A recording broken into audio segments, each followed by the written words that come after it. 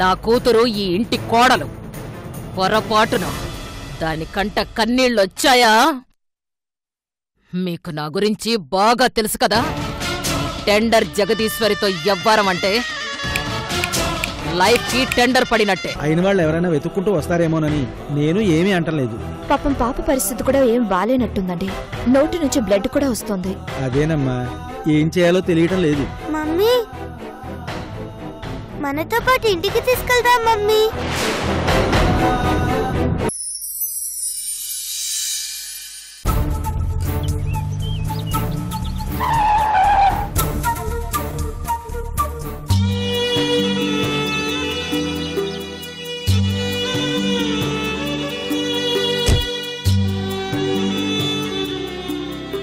ఇదే మా ఇల్లు. లోపలికి రా అక్క. అక్క? అవును, నాకంటే పెద్దదిగా ఉంది కదా, అందుకే అక్క అని పిలుస్తున్నాను. ఏ అలా పిలవకూడదా మమ్మీ? పిలవచ్చులే, తప్పేం లేదు. రామ్మా.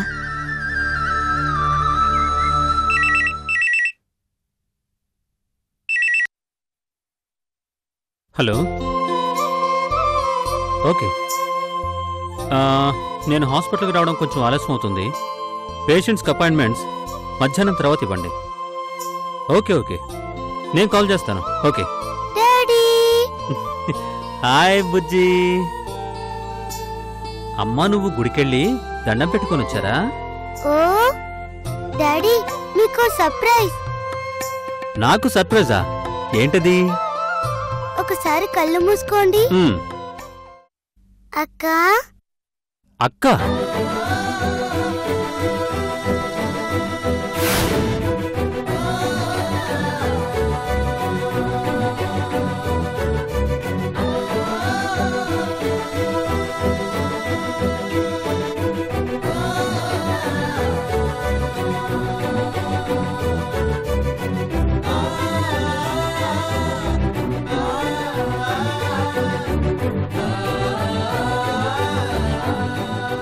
ఎవరు సాహితీ అమ్మాయి? డాడీ, ఈ అక్క గుడి దగ్గర పాపం పడుకోనుంది డాడీ. మాటలు కూడా రావు.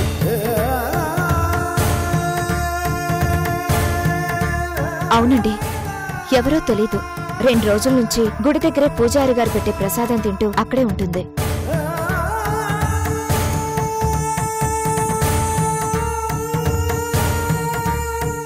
మన బుజ్జి ఇంటికి తీసుకొద్దామంటే తీసుకొచ్చాను. వద్దంటే వినదు కదా.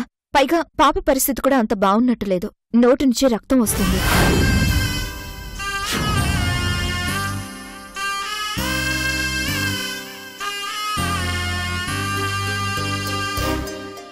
నోటి నుంచి రక్తం వస్తుందా?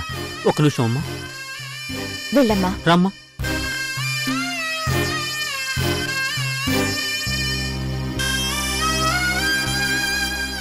నోరు తెరమ్మా.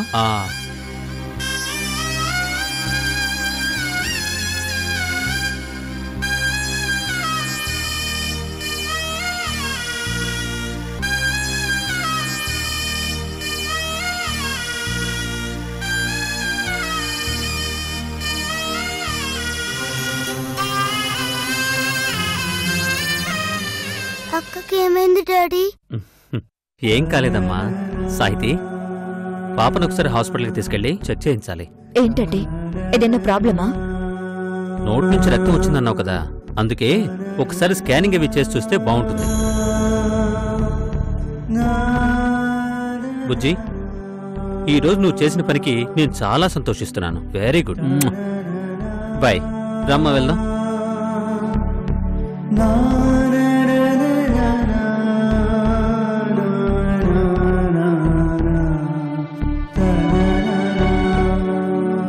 అక్కకేం కాదు కదా మమ్మీ? ఏం కాదమ్మా.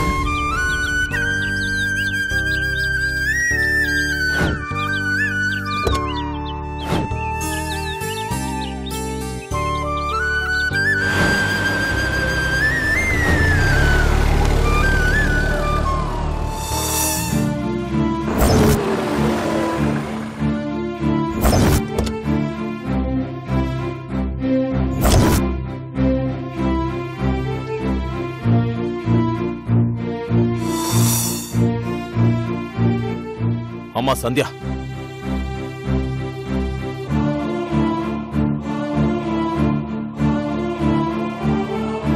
ఏంటి ఇంత సడన్ గా వచ్చారు? పైగా నన్ను నా పేరుతో పిలుస్తున్నారు? పరిస్థితి అలాంటిదమ్మా. ఏమైంది అంకుల్? కార్తిక్ పెళ్లి చేసుకున్నాడమ్మా.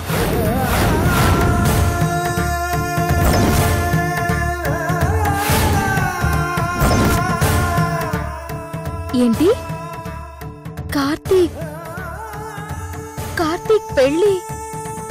మీరు చెప్తుంది నిజమా అంకుల్? నిజమమ్మా. ఆ విషయం నాకిప్పుడే తెలిసింది. తెలిసి తిరిగిగానే నీ దగ్గరికి పరిగెత్తుకుంటూ వచ్చాను. తన మరదల్ని పెళ్లి చేసుకున్నాడంట.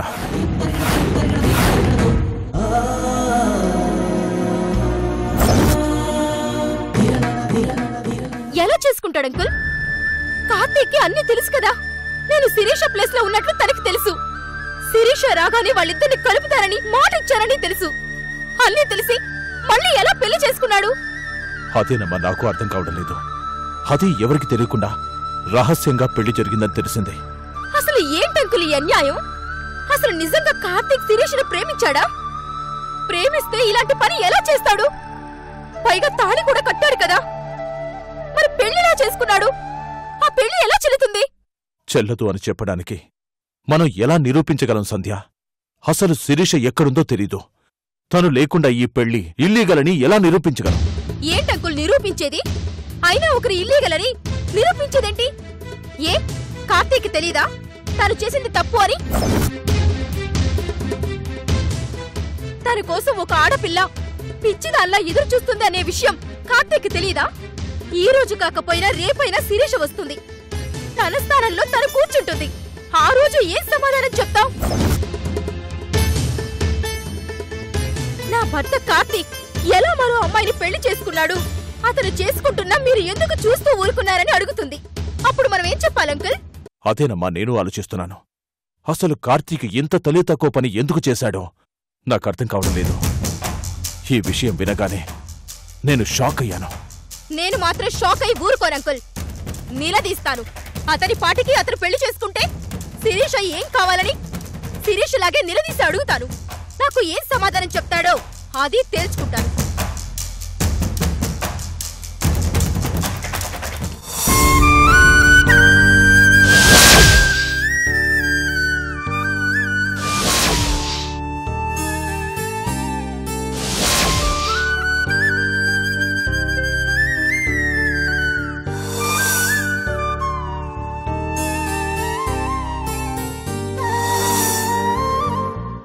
ఏంటి కార్తీక్ గారు మీరు చేసిన పని? ఈ పెళ్లి ఎందుకు చేసుకున్నారు?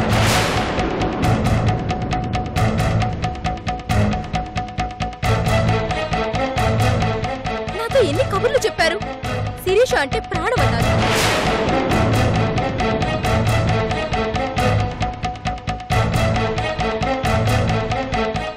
శిరీష లేకపోతే బతకలేను అన్నారు. శిరీష కనిపించకపోతే చావు తప్ప మరో మార్గం లేదు అన్నారు.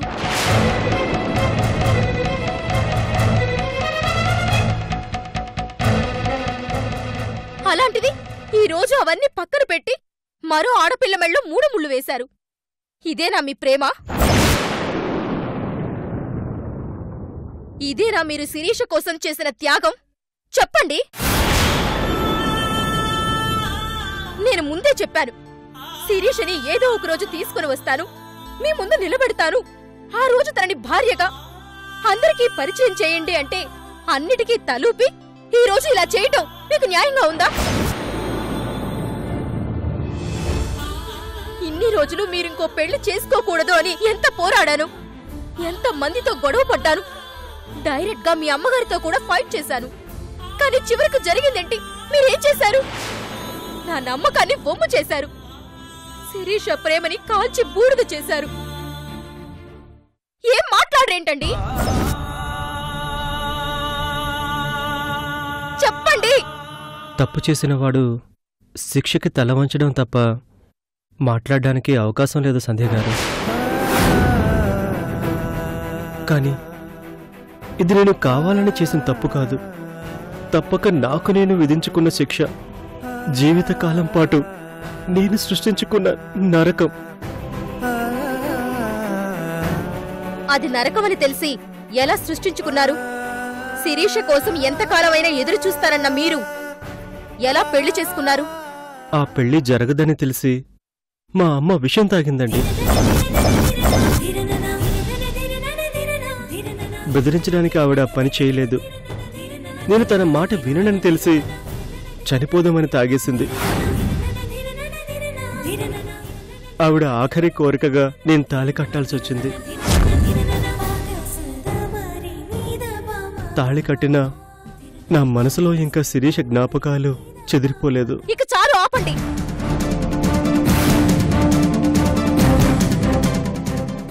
ఈ పెళ్లి ఎలా జరిగింది అనడానికి మీ దగ్గర సమాధానం ఉంది. ఎందుకు జరిగింది అనడానికి మీ దగ్గర రీజన్ ఉంది. కానీ శిరీష్కు జరిగిన అన్యాయానికి ఏ సమాధానం చెప్తారంటే మాత్రం మీ దగ్గర మౌనం తప్ప మరో సమాధానం లేదు.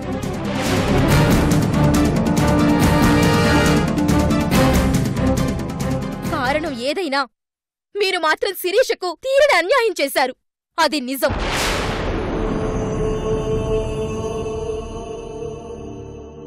మీ అమ్మగారు చనిపోతారని ఆవిడ కోరిక తీర్చారు. కాని చచ్చిపోయేంతవరకు నీతోనే బతుకుతానని ప్రమాణం చేసి శిరీష మెడలో కట్టిన తాళిని ఎగతాళి చేశారు.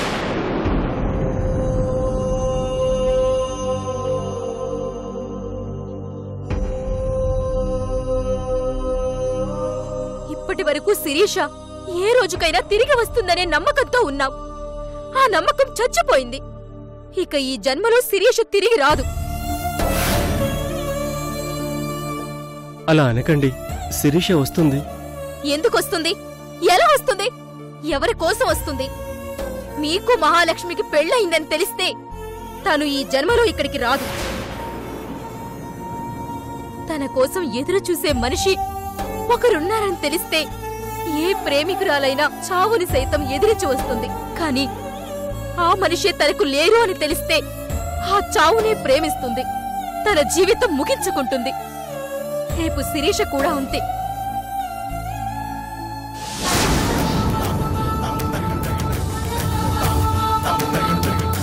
అయిపోయింది. నా జీవితం కూడా ఇక్కడే ముగిసిపోయింది. శిరీష వచ్చేదాకా ఈ వేషంలో ఉంటాను అని మాటిచ్చిన పాపానికి జీవితాంతం ఇక్కడే మిగిలిపోతాను.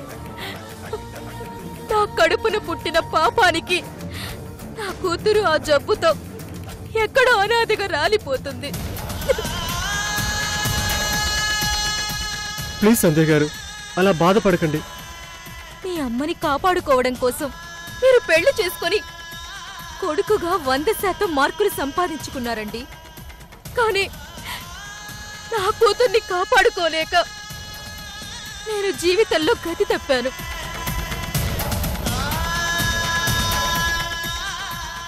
మీ అమ్మని బతికించుకొని మీరు గొప్ప కొడుకు అయ్యారు.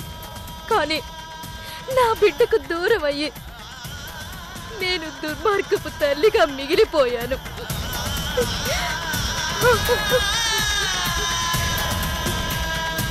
శిరీషగానే నేను ఇక్కడే మిగిలిపోయే కర్మ పట్టింది. అక్కడ నా బిడ్డ ఎలా ఉందో, ఏ పరిస్థితుల్లో ఉందో దేవుడా, ఏదో ఒక రూపంలో వచ్చి నా చిట్టి తల్లిని కాపాడు స్వామి.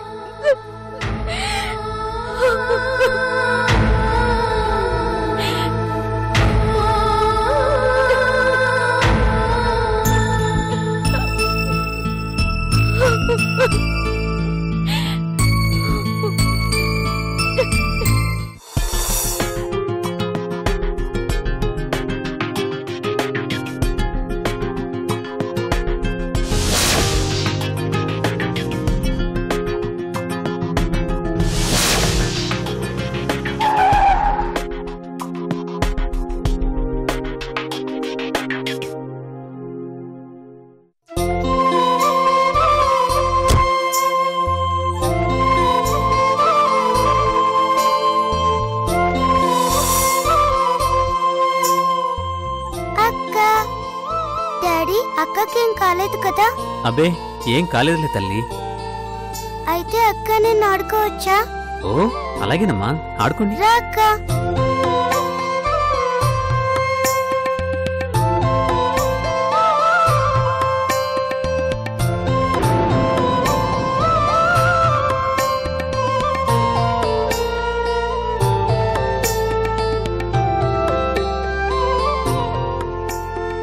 ఏమైందండి? ఎందుకు అలా ఉన్నారు? ఏం లేదు. ఆ పాపకి ఎలా ఉందండి? ఏం ప్రమాదం లేదు కదా?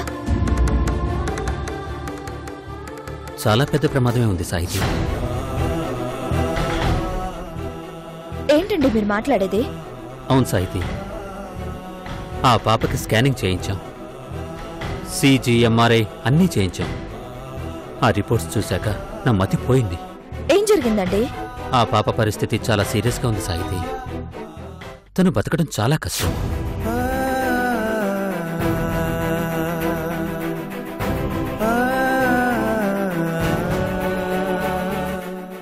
ఎక్కడో 1,00,000 మందిలో ఒకరికొచ్చే జబ్బు ఈ అమ్మాయికి వచ్చింది.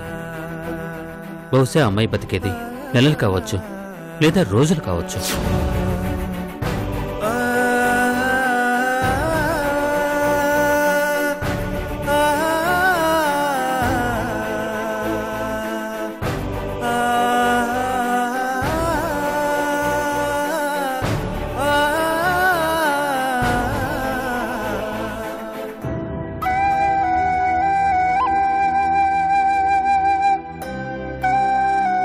అదేంటండి అలా అనేశారు? ఆ పాపని బ్రతికించే అవకాశమే లేదా? ఏదైనా సర్జరీ చేస్తే రికవర్ కాదా? లేదు సాహితి, పాప బతకాలి అంటే బోన్ మ్యారో రీప్లాంటేషన్ జరగాలి. అది కష్టం. ఏ కిడ్నీనో హార్టో అయితే కొంతవరకు రిస్క్ తీసుకోవచ్చు, కానీ బోన్ మ్యారో అంటే అది చాలా చాలా కష్టం. అది దొరకాలంటే పాపకు సంబంధించిన వాళ్లలో ఒకరికుండొచ్చు, కానీ అది మ్యాచ్ అవుతుందనే నమ్మకం లేదు. లేదంటే ఏ 1,00,00,000 మందిలో ఒక్కరికి ఆ బోన్ మ్యారో సెట్ అవుతుంది. అయ్యయ్యో, ఇంత ప్రమాదంలో ఉందని అస్సలు అనుకోలేదండి.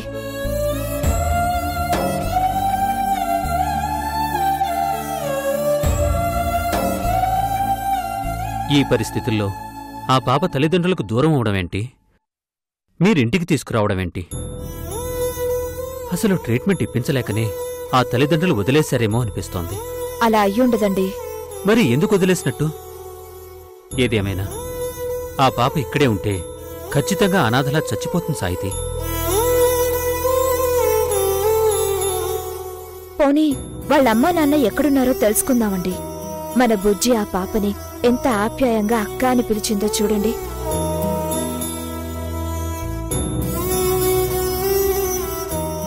నిజంగా గుళ్ళోనే ఉండుంటే కొద్ది రోజుల్లోనే ఆ పాప చచ్చిపోయేదేమో. అందుకే బుజ్జి పాపని ఇంటికి తీసుకెళ్దామంటే నేను కాదనలేకపోయానండి. ట్రై చేద్దాం సాయితి, పేపర్ యాడ్ కూడా ఇద్దాం. కనీసం వాళ్ళ తల్లిదండ్రులు చూస్తారేమో. ట్రై చేద్దాం.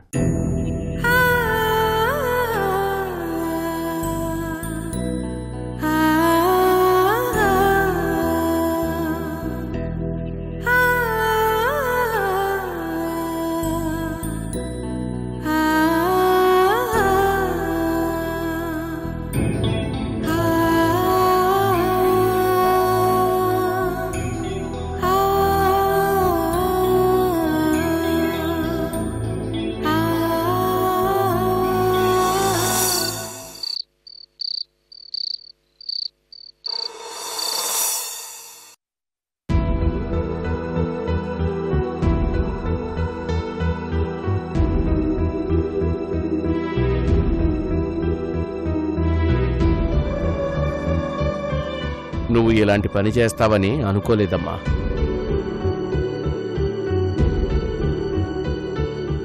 నువ్వు విషం తాగి ఇంత గందరగోళం చేయాలా? పొరపాటును నీకేదైనా జరగరాంది జరుగుంటే ఏమయ్యేది? నేను బెదిరించడానికి విషం తాగలేదన్నయ్య. నిజంగా చచ్చిపోతామని తాగాను. అదేంటమ్మా, ఎందుకలా చేశావు? ఏం చేయమంటావు అన్నయ్య?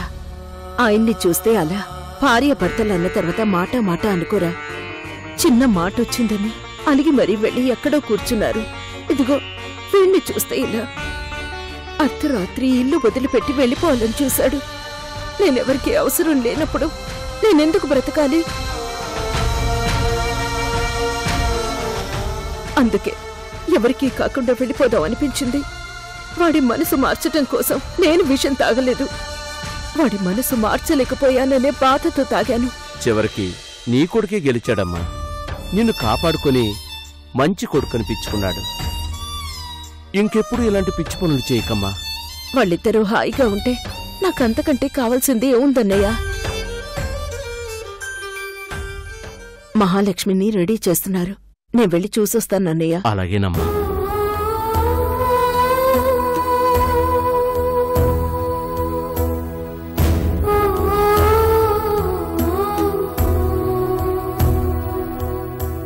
నా కూతురు జీవితం నిలబెట్టడం కోసం నీ ప్రాణాలే పణంగా పెట్టావు చెల్లమ్మా.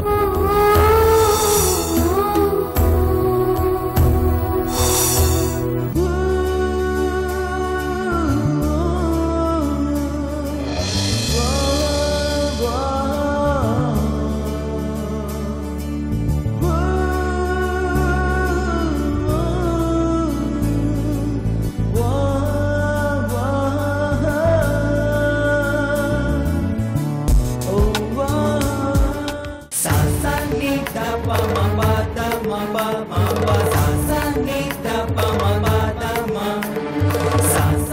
da pa ma